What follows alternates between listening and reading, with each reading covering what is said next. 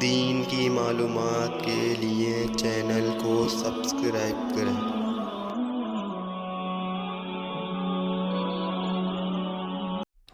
بسم اللہ الرحمن الرحیم۔ باب الخلع، خلا کا بیان۔ قال اللہ تعالی، اللہ تعالیٰ نے فرمایا فَإِنْ خِفْتُمْ أَلَّا يُقِيمَا حُدُودَ اللَّهِ فَلَا جُنَاحَ عَلَيْهِمَا فِيمَا افْتَدَتْ بِهِ۔ اگر تمہیں خوف ہو کہ وہ دونوں یعنی میاں بیوی اللہ کی حدود کو قائم نہ رکھ سکیں گے تو ان پر کوئی گناہ نہیں ہے اس چیز میں جو بیوی فدیہ دے کر اپنی جان چھڑائے۔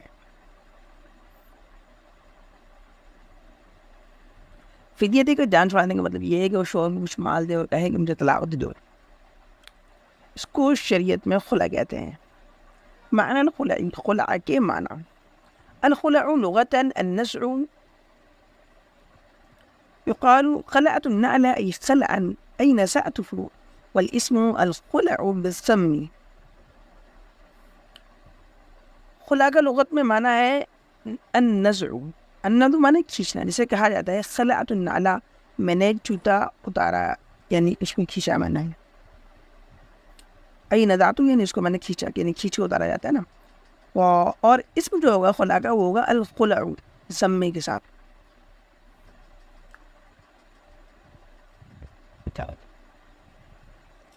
والخلع شرعا، اور شریعت میں خلع کہتے ہیں ازالة ملك النکاح بلفظ الخلع او بما في معناه والموقوفة على قبول المرأة۔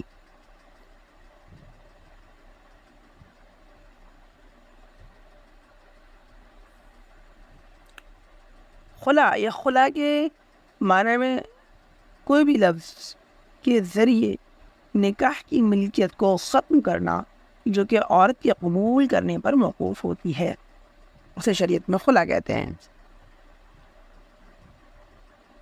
احکام الخلع، خلا کے احکامات۔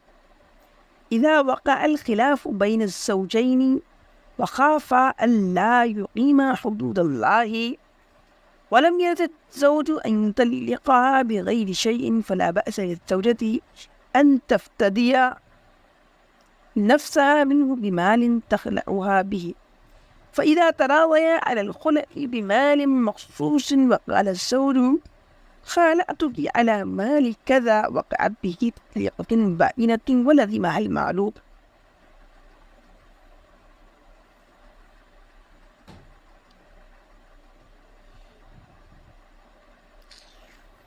خلا کے احکامات۔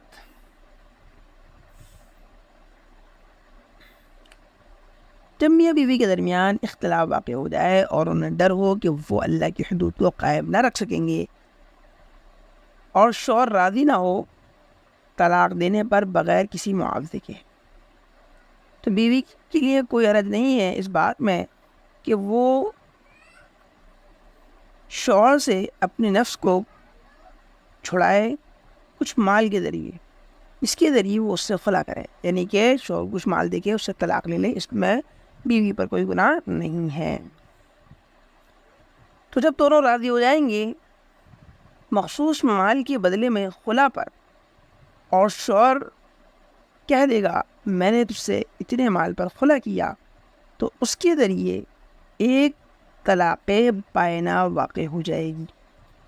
طلاق بائنہ طلاق کو کہتے ہیں جس میں عورت طلاق ہوتے ہی شوہر سے جدا ہو جاتی ہے اور شوہر کو عدت کے دوران بیوی سے رجوع کرنے کا حق حاصل نہیں رہتا اور عورت پر مال لازم ہوا اس خلا کی وجہ سے۔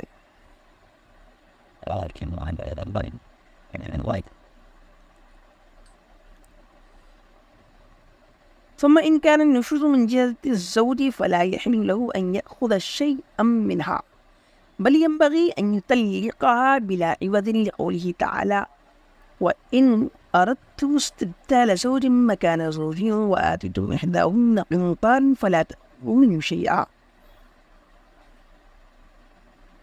پھر اگر زیادتی ظلم شوہر کی جانب سے ہو تو اس کے لیے حلال نہیں ہے کہ وہ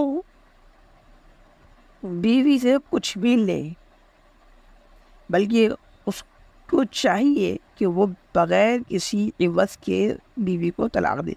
اس لیے کہ اللہ تعالیٰ فرماتے ہیں اگر تم ایک بیوی کی جگہ دوسری بیوی بدلنا چاہتے ہو اور تم نے ان میں سے کسی ایک کو قنطار دے رکھا ہے، قنطار یعنی بھاری مقدار میں مہر کے طور پہ مال دے رکھا ہے، تو تم اس میں سے کچھ بھی مت لو.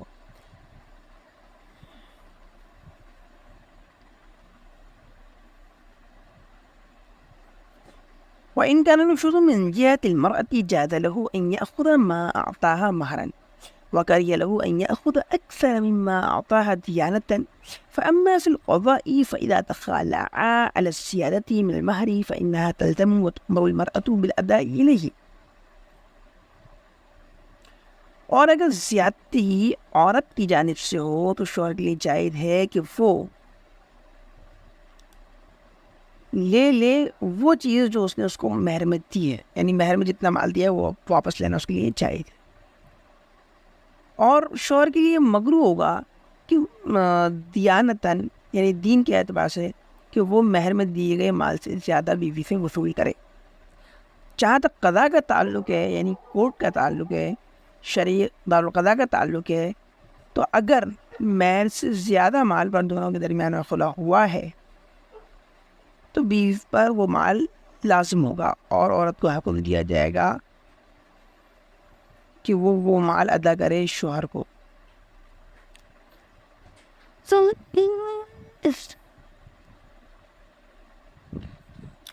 بدل الخلع، خلع کا بدل.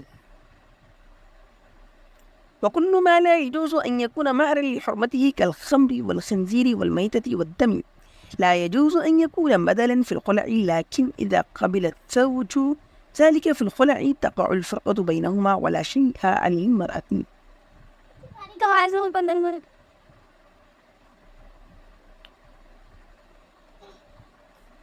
شراب، سور، مردار اور خون کی طرح حرام ہونے کی وجہ سے جس چیز کا مہر بننا جائز نہیں ہے تو وہ خلا کا بدل بھی نہیں بن سکتا، یعنی کہ خلا کا بدل بننا بھی اس کے لیے جائز نہیں ہوگا.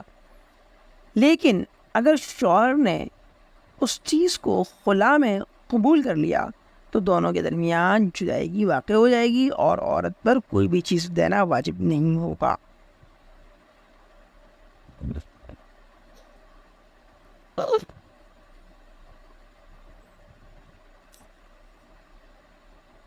الفرق بین الطلاق علی المال والخلع، مال لے کر طلاق دینے اور خلا کے درمیان فرق.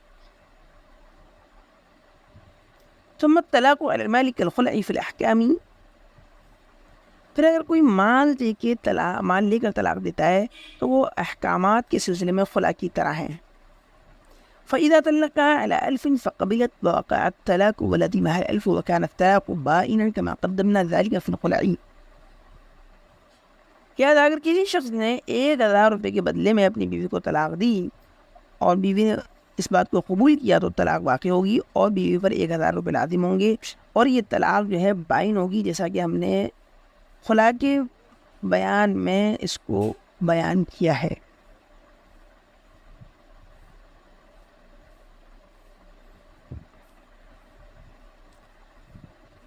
والفرق بینہما فی فصل واحد، اور یہاں فرق جو ہے ایک مسئلے میں ہے. وهو أن الخلع متى وقع على عوض لا قيمة له كالخمر والخنزير لا يجب العوض ويكون الطلاق بائنا لأن الخلع من كنايات الطلاق. اور وہ یہ ہے کہ خلع جب ایسے عوض پر واقع ہو جس کی کوئی قیمت نہیں ہے، جیسے کہ شراب، سور وغیرہ، تو عوض واجب نہیں ہوگا اور طلاق بائن ہو جائے گی، اس لیے کہ خلا طلاق کے کنایات میں سے ہے. وأما الطلاق بعوض لا قيمة له إذا بطل العوض فالطلاق يكون رجعيا لأن صريح الطلاق يكون رجعيا وكان بائنا لأجل العوض فإذا بطل العوض يكون رجعيا.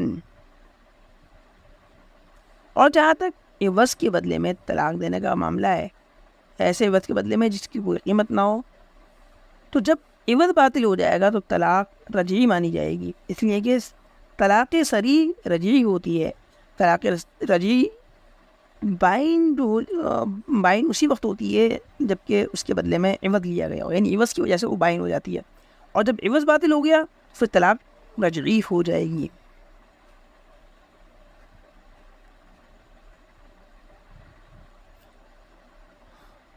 والخلع يسقط كل حق لكل واحد من الزوجين على الآخر مما يتعلق بالنكاح عند أبي حنيفة رحمه الله إلا نفقة العدة، وكذا الحكم عنده إذا كان مبارأة۔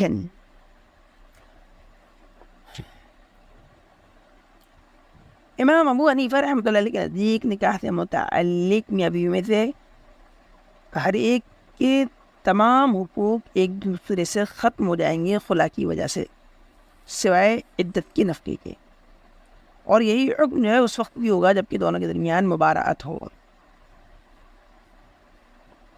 معنی المبارأتی، مبارات کے معنی، والمبارات ان یقول، اور مبارات یہ ہے کہ شوہر کہے بریت من النکاح الذی بینی و بینک وقبلت المرأة، کہ میں اس نکاح سے بری ہوں جو میرے درمیان اور تیرے درمیان ہے، اور عورت نے قبول کر لیا۔